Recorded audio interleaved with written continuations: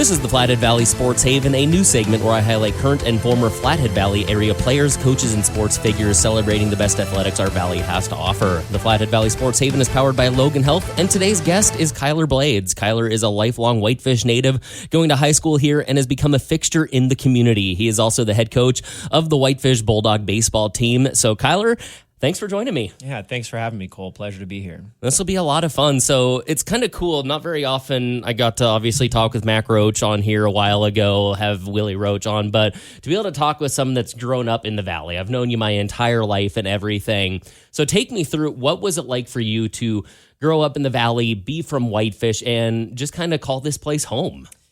Yeah, man. I consider myself one of the lucky few that have been able to find a niche back home, go away for college and come back to my hometown and hopefully make a positive impact on what I'm doing around here. And so I consider myself super lucky. Growing up here, as you know, things have changed so much with the explosion of population, the explosion of sports, and infrastructure coming into the community.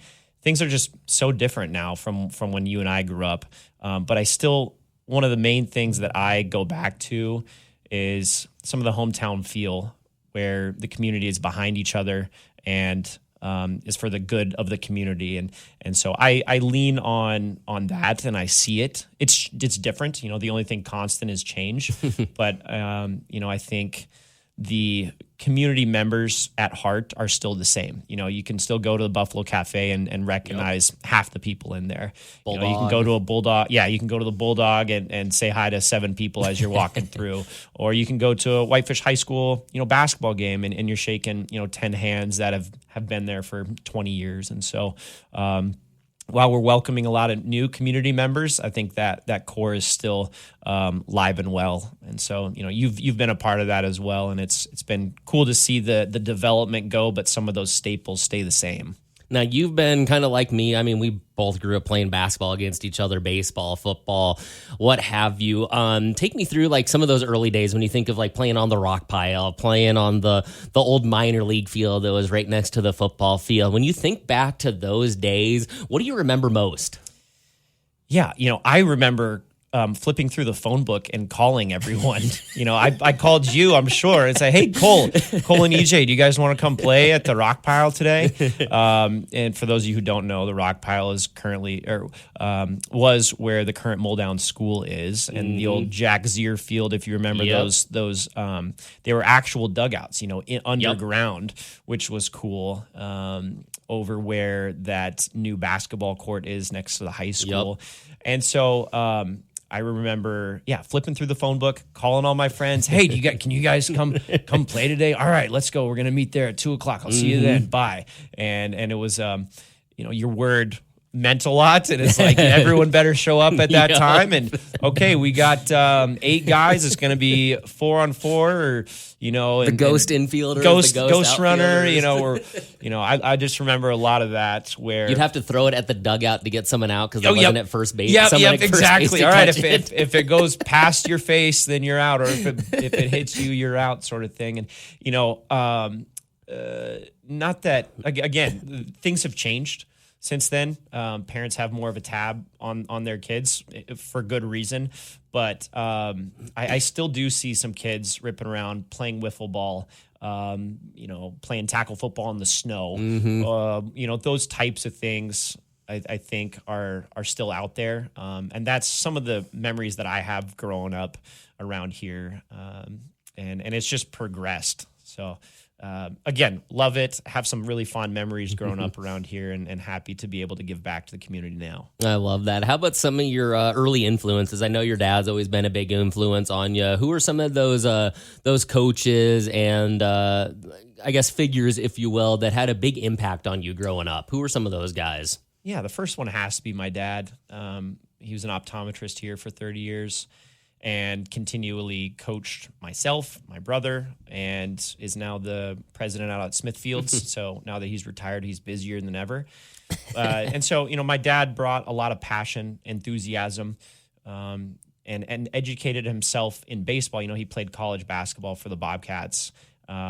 and was less in tune with baseball and educated himself after the fact. So I really respect that nobody is above, nobody knows everything. And I try to take that approach too. Are you kidding? Our parents know everything. I know, right? Yeah. Yeah. So, my dad first and foremost, for sure. And I'm really lucky that I get to coach beside him during the summer months with some younger age groups now. And I really appreciate and love doing that with him. Julio Delgado is another person that influenced me. He was, mostly the basketball camps that he ran that you and I both attended and doing those lightning competitions. NVCBC. Is something that like was? that. Something North Valley like that. basketball camp, something or other. And, everybody in town had that green and white basketball. And I think I still have one. yeah, used them till they were raw, on the outside, had no grip left. And so, the enthusiasm that Julio expressed and the, fury in which he coaches in a positive way. I always remember him saying, attitude is everything. Attitude is everything, right? And you can really take that into baseball as well. Although I didn't directly get coached by him in baseball, he was obviously a baseball legend around here and played for the Zags, right? Yep. And so somebody else that I really respect. Had a chance to play well. professionally, and that's when he decided to come back here and coach, actually. Yeah. So, that says a lot about his character. And so those would be some really good positive influences in my career. Thinking into college, I had a really good college coach at a junior college, and then a couple good coaches at Pacific Lutheran University where I finished up as well. And a lot of times what you end up doing is taking bits and pieces from coaches that you like and bits and pieces from coaches that you don't like and say, hey, I'm going to do the opposite of that. And so I think everybody's experienced their fair share of that as well. But, those would be some of my influences through my career. I love it. How about, obviously growing up here shapes you differently than maybe a bigger city. I know you've been other places because you played collegiately and everything. What's something that the Flathead Valley still does that's special to you, that's maybe a little bit different that you like about being here, growing up here and everything? There's a certain sense of pride, certainly here.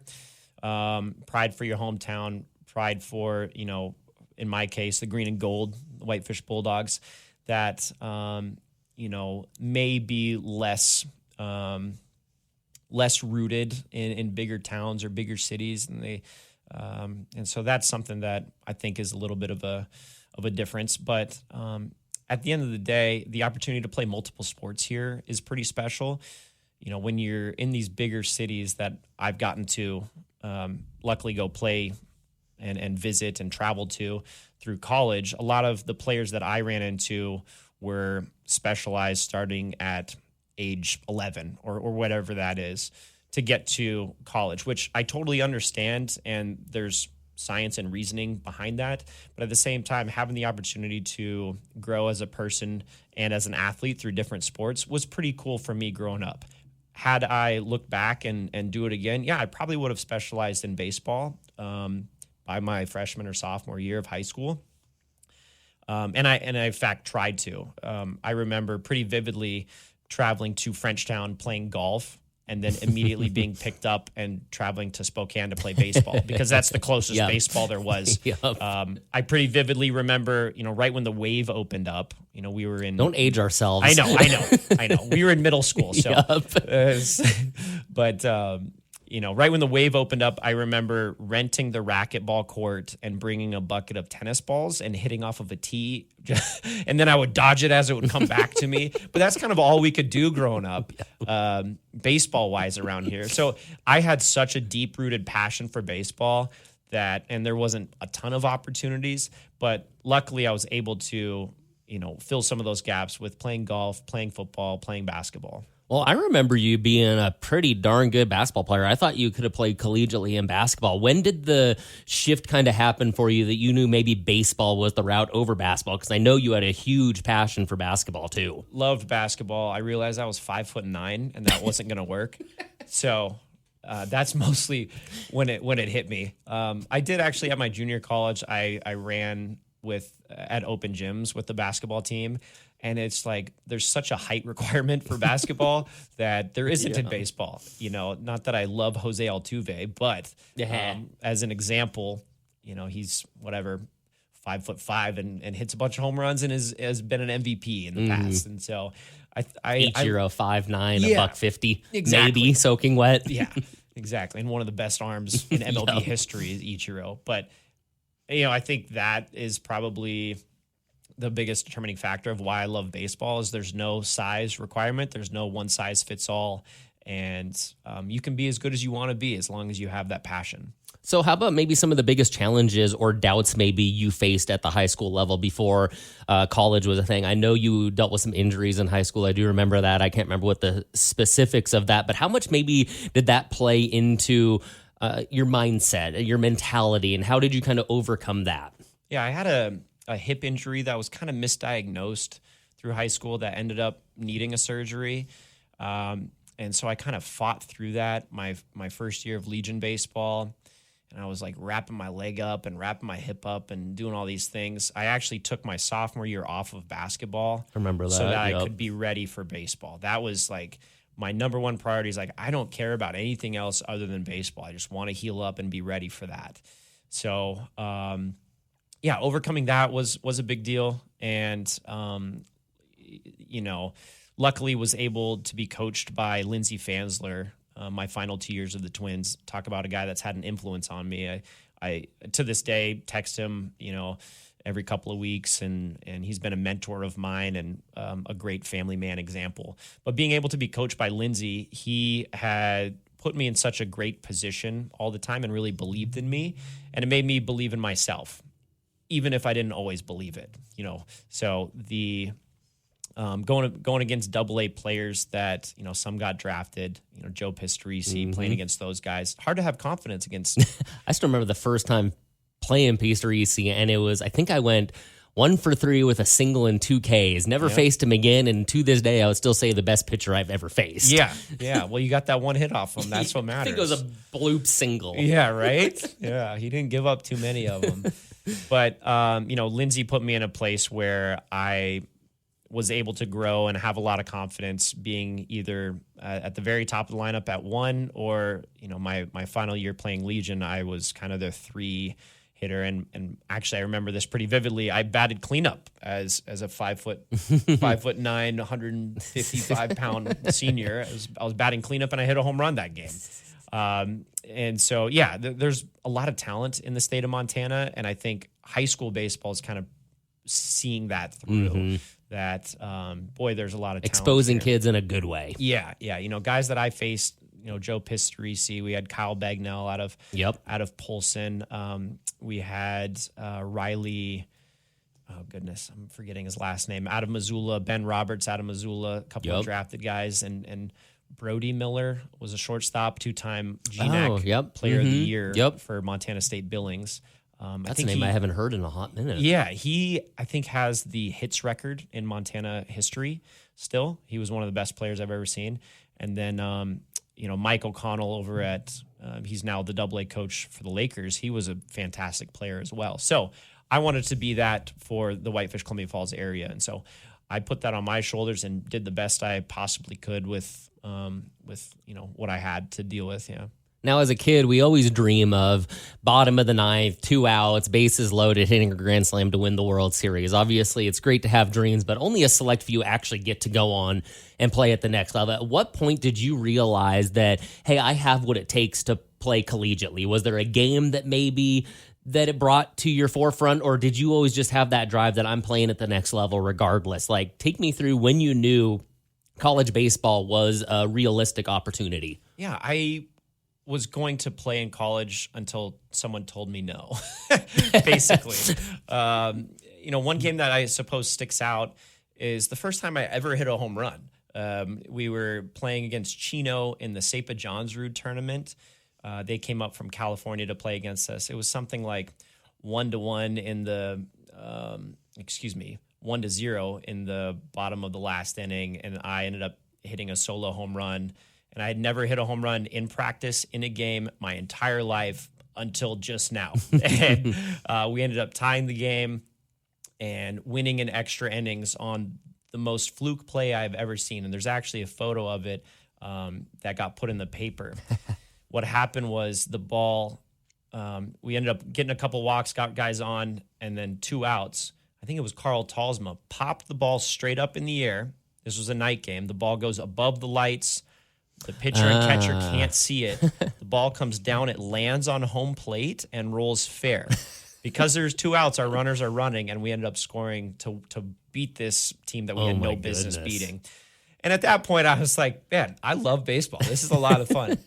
And so it was one of the highlight moments of my career. I still have the baseball. That's awesome. That I hit out. It won some like Sports Moment of the Year award. And so at that point, I would say that game really stuck out to me as something like, yeah, I'm gonna play in college until someone tells me to stop. Well, let's go right into that. Take me through your college baseball journey. What I know you played at a couple of different places and everything. So yeah, why don't you just take me through that college experience of being able to play? Yeah, and to preface this, something that means a lot to me is explaining my journey and maybe advising kids to do it differently. You know what I mean? Everyone's journey is different. Yeah. I was 18 years old when I graduated high school and had no sense of understanding what things cost or anything like that. And so my shout out to the parents. Yeah, right. My freshman year, I went to California Lutheran University, which was a great experience, but I used up every dollar that my parents had saved for me. In my first year, being in California, looking back was a little silly. So then I transferred to a junior college, spent a year there, loved it, saved a bunch of money. The coach saw how hard I worked, and I earned a scholarship at that place. So I can say that I was a collegiate scholar. And what school was that then? That was at Wenatchee Valley College. Okay. Yeah, kind of middle of Washington. That's in the NWAC conference, which is a wood bat conference. Side note. If you want to, find out what kind of hitter you are, use a wood bat. Yeah. Use a wood bat. And so that was really fun playing for Wenatchee Valley. I wanted to step up and try to play Division II ball. I transferred to Central Washington for a year, and I was left off their travel roster. Again, just everyone was massive at a Division II school.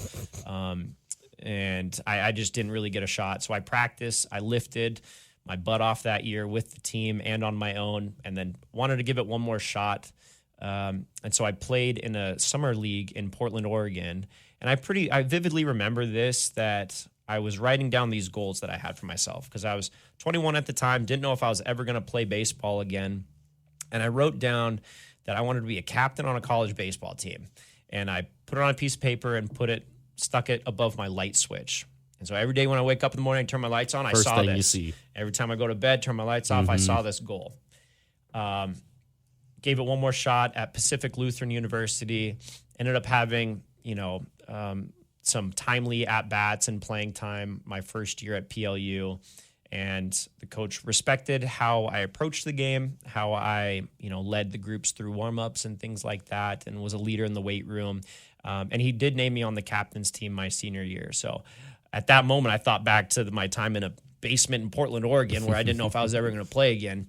I became a captain on a really good PLU baseball team. And we went to the 2 years I was at PLU, we went to regionals. One was in Georgia, and the other was in Spokane. Cool. And we lost to the eventual national champions in Spokane. So that was a pretty special time for me. And, those are the two best teams in PLU history that I got to, be a small part of. That's absolutely amazing. Obviously, those are big time moments, but I know when you kind of think back to your playing days and everything, I ask the high schoolers this all the time. It's never usually the game itself that's the best moment. So throughout your college journey, what's a moment that sticks out to you that you'll never forget, whether it's a bus ride, whether it's going to dinner and goofing off, and what's one of those best memories that you have from collegiately? Yeah, some of my best friends are still guys that were on that team. I'm in business with one of them, and I go visit him all the time. It's the connections that you make for a lifetime playing college sports. You immediately have a friend group, which is really cool. One moment that sticks out to me is every year there's a concert at the college, and it's like in the morning. And so everybody is up gathering in the street that has this big concert. Kind of like a block party almost? Yep, exactly. And our house happened to be right next to where this concert was being held. And so my roommate and I got a great idea of filling up some water balloons and toss them into the crowd.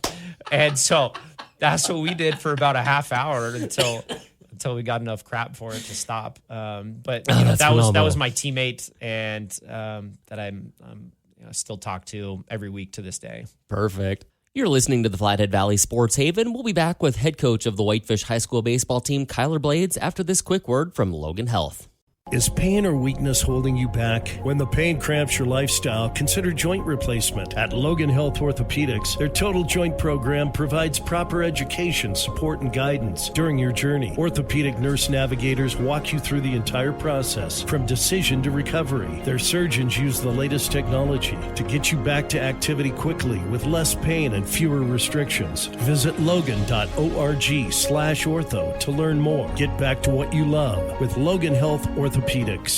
Back from the break here on the Flathead Valley Sports Haven, continuing along with head coach of the Whitefish High School baseball team, Kyler Blades. So before we continue on kind of that college journey, you came up with you made a good point that I really want to touch on, and that's going the JUCO route. Because back when we were in high school, I remember that was almost frowned upon to go a JUCO, to go an NAIA. Now here in the last couple of years, we've seen a shift of more people going that route. Talk to me about these bad stigma of that seeming to change for the good now, because I feel like going to Western, going to Carroll is now looked at like, hey, this is a great opportunity, where say 15 years ago, it didn't seem like that. Yeah, the junior college route is, that refers to like a 2-year school versus Carroll, Western are 4-year schools. But, I think they recruit, doesn't matter what sport, they're going to recruit junior college guys really frequently. A, you get more playing time right away. B, you find out how much you really love the sport. You're going to get tested at a junior college, and you're thrust into this position where you're with guys that are of your age, and they're there to play ball. Mm-hmm. They're not necessarily always there to be going to class and getting good grades and those types of things. Luckily, I was one of those guys. But, I'm hearing more and more, especially in baseball, that a lot of these 4-year schools are recruiting guys from junior colleges. So I kind of recommend that, unless you are for sure only wanting to be at a school for 4 years, go to a junior college. Mm-hmm. You get the experience. You find out, how bad you really want it, and then you can go from there. Yeah, I just love that the stigma of that path is really seeming to change for the better. We've seen a huge pipeline from Whitefish to Western to Carroll to Montana Tech, especially in the last 4 or 5 years, it seems. Yeah, yep, definitely, and some really good athletes can go junior college and then transfer into a different school. And even if you want to just play baseball for a couple of years in college and then go finish out somewhere else, like there's nothing wrong with that. Mm-hmm. The other thing I am seeing perk up in the state of Montana even are club teams. Yep. Some of the players that I've coached last season at North Dakota now are wanting to play club ball. Christian Schwader and Avery Caton. Those guys are going to play club ball for their school. Montana State and University of Montana both have club baseball teams. Yep. And so those are also cool options that just shows the love of baseball is growing. I love it. You talked about writing down that you wanted to be a captain as one of your goals, and I love that you brought that up because I have a note here on the leadership experience that being a captain. I know in high school being a captain's a huge deal, but when you're a captain in college and you're playing with those kind of dudes, take me through what did that really teach you? How did that, in a sense, help you grow not just as a baseball player but as a person? Yeah, the leadership role is a tough one to play, especially when you're, 20, 21 years old, and you're supposed to kind of be in charge of other peers that you are basically competing against for a job. I think what it really came down to, though, was, the groups I was lucky enough to play with put team before everything else. We were not the most talented. We were the most team-oriented. I genuinely was excited for, the shortstop to make a great play, even though I wanted to be playing shortstop if I happened to be out that game. And I think that genuine love of one another and that genuine accountability to one another is what, shaped me to who I am today and formed some of the morals and expectations that I have now. And then now let's transition right into the coaching career. You get done with college baseball. At what point did you know that coaching was the next step? Was it as soon as your playing days were over, or did you have to kind of take some time to figure that out? I think innately I knew I was going to be a coach in some capacity since I was a kid. I remember playing Legion ball and my coach at the time saying, "Hey, listen to Coach Blades over here." And I was, 16 years old because I was bossy and telling people what to do. And then through college, I came back in the summer for a couple of years and coached baseball in the summer. And then even in college, my coaches weren't the best at throwing batting practice. So I got called upon to throw batting practice a lot. So I have some skills in that sense. And then after college, I was lucky enough to link up with Ryan Malman, who was a great coach for a long time here and coached the AA Lakers alongside him. And from that point on, I, even in my day job, coaching kids at the Summit in Kalispell through strength training, not even necessarily baseball. So I have some of those, techniques and skills that I can connect with people on a baseline level and really care about what their progress. And so when the Whitefish High School job opened up, it immediately became a dream of mine that I didn't know I had. Being able to coach at your alma mater was something that I was all of a sudden extremely interested in and have taken pride in developing. And the school really gave me a whole lot of leeway to build a culture how I want it. And now it's off to the races. And I hope that, whenever my coaching days are done, that we leave it in a better place than it started. Even before I get more into that, I wanted to ask about returning home. Did you know that you always wanted to come back to the Valley? Did you know that Whitefish was going to be in the cards after you were done? Or what was it, a fallback option? Was it a priority to get back? It was a priority for nothing other than I loved growing up here. We talked about some of the fond memories that we had. There was a sticking point. I had a job offer in Bellevue, Washington to be a strength coach there.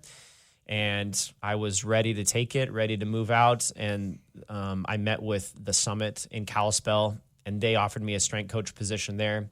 And I loved the community at the Summit. I was able to be mentored by some really great people. Kyle Kircher, one of them who's now a doctor of psychology at Indiana, who's a great strength coach. Dang. And then Gray Rugemer, who has a couple of Super Bowl championship rings.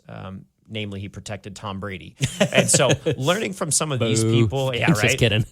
Learning from some of these people was really cool. I also got to work alongside really great strength instructor Aaron Sabin.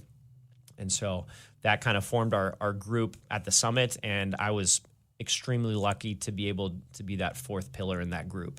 I love that. And then you touched on it being the head coach at Whitefish. Let's go into that inaugural year. It was this is the fourth year now for Whitefish Baseball. Yeah. So what was it like to be, one, how did you get the job? What was the interview process like? What was that like? And two, when that became available, how much of it was, I want that, and that's the path I want to go? Yeah, this was kind of over the COVID times when things were strange, right?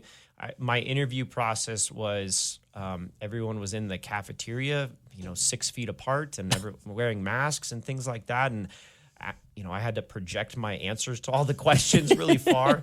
But that was kind of the interview process. But at the time, I was actually working out and training to play on the Range Riders.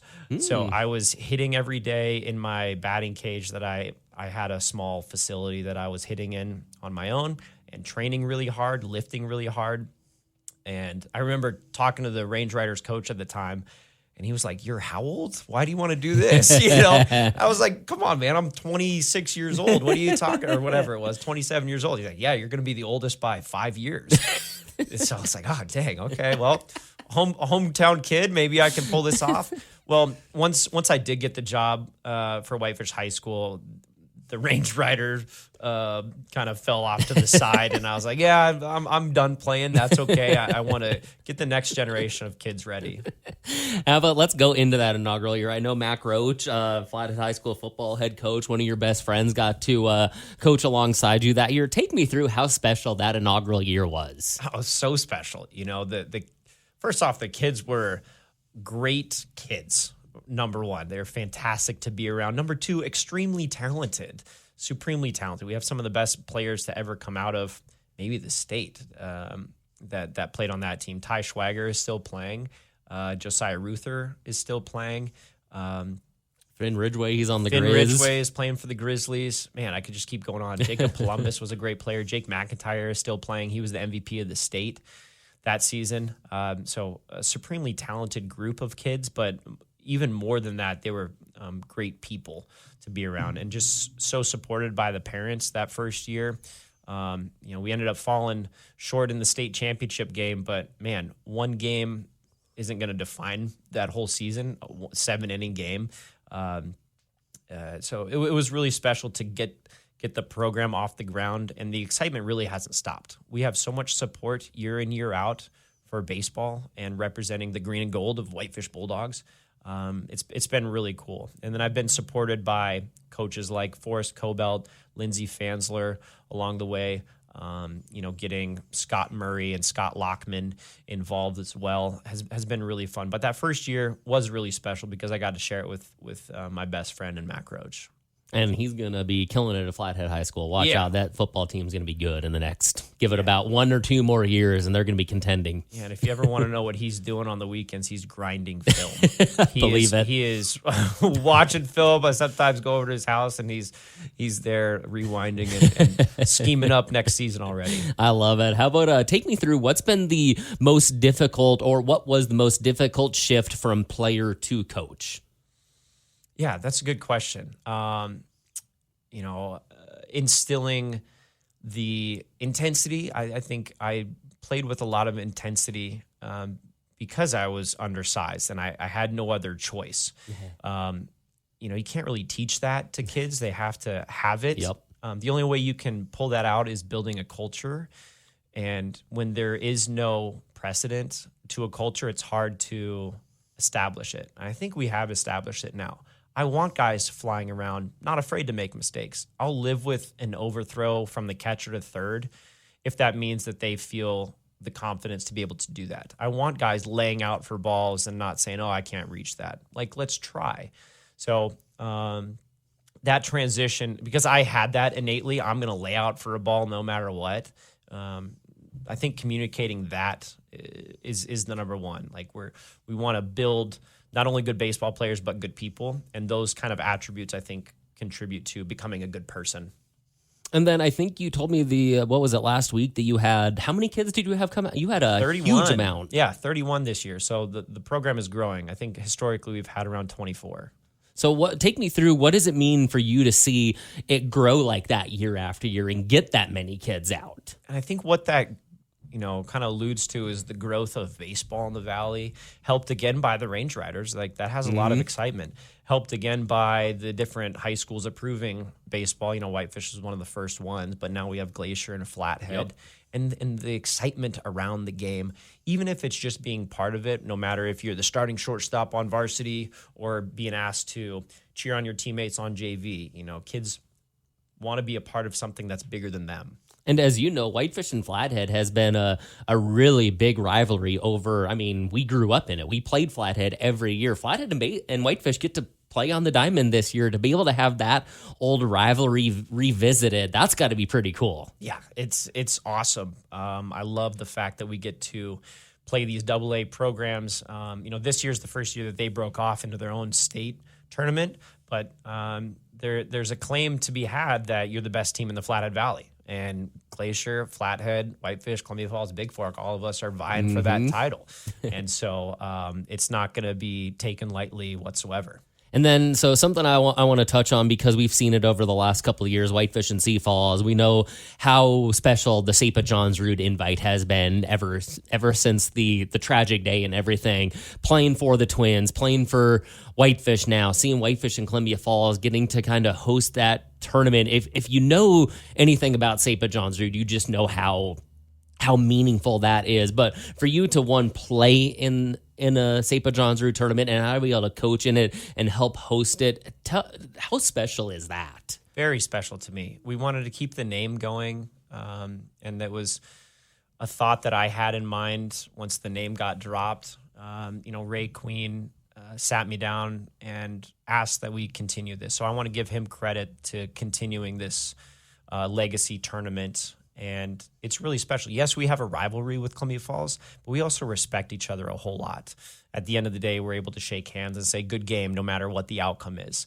And I think that is really special because, yeah, it's intense when we're playing each other. We want to beat the Cats, and they want to beat us just as badly.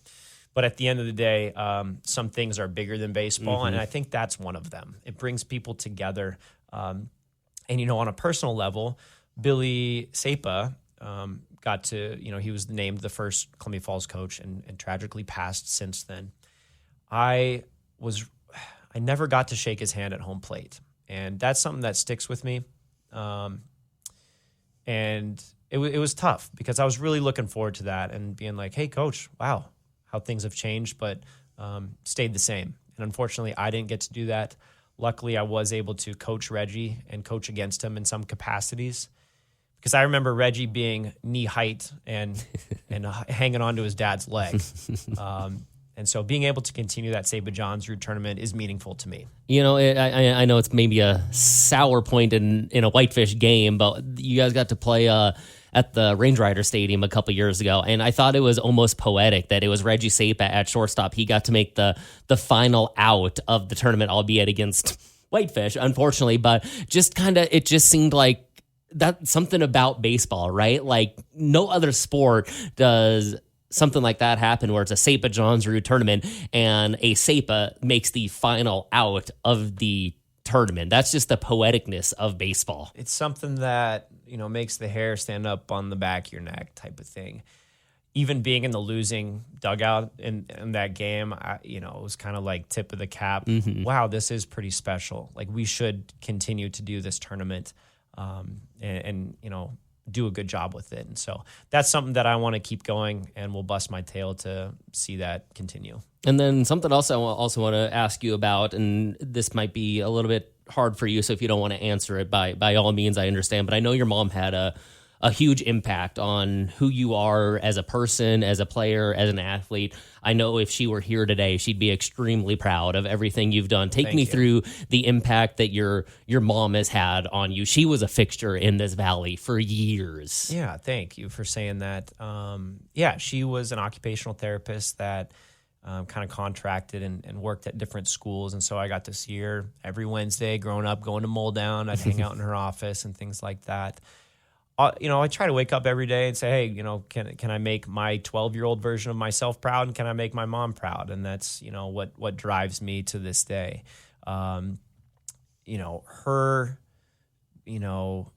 She was an entrepreneur. She had businesses outside of her profession, occupational therapy. And so I think some of that entrepreneurship really drives and created some of the character that I have in myself. And I think, while my dad being extremely enthusiastic and so positive, my mom was really fiery. And I think I have some of that in me too. And I hope it's a good mixture. I don't think everyone likes me, and I can ruffle some feathers sometimes, but sometimes feathers need to be ruffled. And if everyone likes you, you're doing something wrong. Yeah. So, she motivates me to this day. And, the assistant AD, Eden Diaz, the other day I was in her office, and she had this little bulldog figurine that was made out of clay, and on the back of it, it said Dawn. and a year on it. And she goes, your mom made this for me back in, 2001 or something like that, or whatever year it was. And it kind of made me well up and say, wow, okay, she's still around. She's still involved. So can I ask you about the pink ribbon? Because you always had a pink ribbon like in your office or whatever, right? What did that pink ribbon symbolize? It reminded me that, hey, even when things are hard or you're going through a 13-hour day, like you got to keep going and show up for the people that are in front of you. And that's what she did every single day, no matter who she was with. She gave everybody that's right in front of her best. And that's what I try to do every single day. I still have some ribbons in my office, and I've worn them on various hats through the years. And that's how I want to keep her legacy alive. Man, you're going to make me tear up right now. Jeez. Let's go into some quick hitters. Let's end this with something pretty fun here. I have a couple of just quick hitters kind of thing. Have you just kind of first thing that pops into your head when you hear this? Do it. Favorite baseball memory? Having dinner with Darren Erstad when I was 12 years old. That made me an Angels fan forever. Favorite baseball facility you've ever played at? I got to play at Oregon State. On their field. Their turf field is filled with sand, and it's really cool. How about toughest coach you've ever had? Boy, I had Billy Sapa that first year. that made you a man right away. How about favorite coach you've ever had? Lindsey Fansler. He shaped who I am to the day and gave me lots of tips to be a better ball player in person. Drill you hated the most?